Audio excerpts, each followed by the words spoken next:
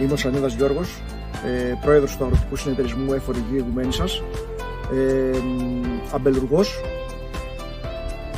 Στο συνεταιρισμό καλλιεργούμε πολλές ποικιλίες, γαλλικές και ελληνικές, όπως είναι το ασέρτικο, η μαλαγουζιά, σοβινιό μπλανκ, καμπερνέ, σιρά, ξινό μαυρονεγκόσκα φυσικά, που είναι τοπική, ειδικά η νικόσκα που είναι τοπική. Ο αμπελώνας που βρισκόμαστε αυτή τη στιγμή είναι ποικιλία μαλαγουζιά.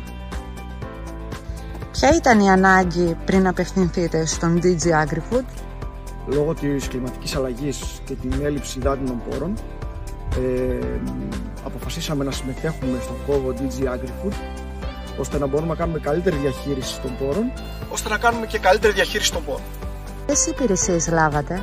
Μέσω του DG AgriFood και της Αμερικάνικης Βιοτεχνικής Σχολής επιλέξαμε την εγκατάσταση αισθητήρων αγρού και την παρακολούθηση του αμπελώνα με πτήσεις drone.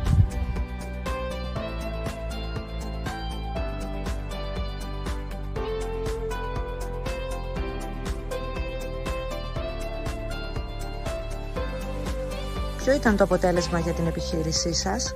Μέσω των αισθητήρων μπορούμε απομακρυσμένα μέσω εφαρμογής του κινητού να ελέγχουμε τις περιβαλλοντικές συνθήκες και να μπορούμε να επέμβουμε και να προλάβουμε καταστάσεις πριν γίνουν στον αμπελώνα. Ποιο ήταν το αποτέλεσμα για την επιχείρησή σας?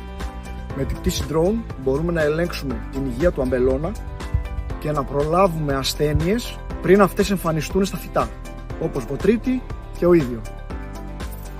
Θα προτείνετε τις υπηρεσίες σε άλλους επαγγελματίες? Προτείνω σε όλους τους παραγωγούς να επωφεληθούν από τις υπηρεσίες του DG AgriFood, ώστε να έχουν έναν ψηφιακό σύμμαχο στην παραγωγή του.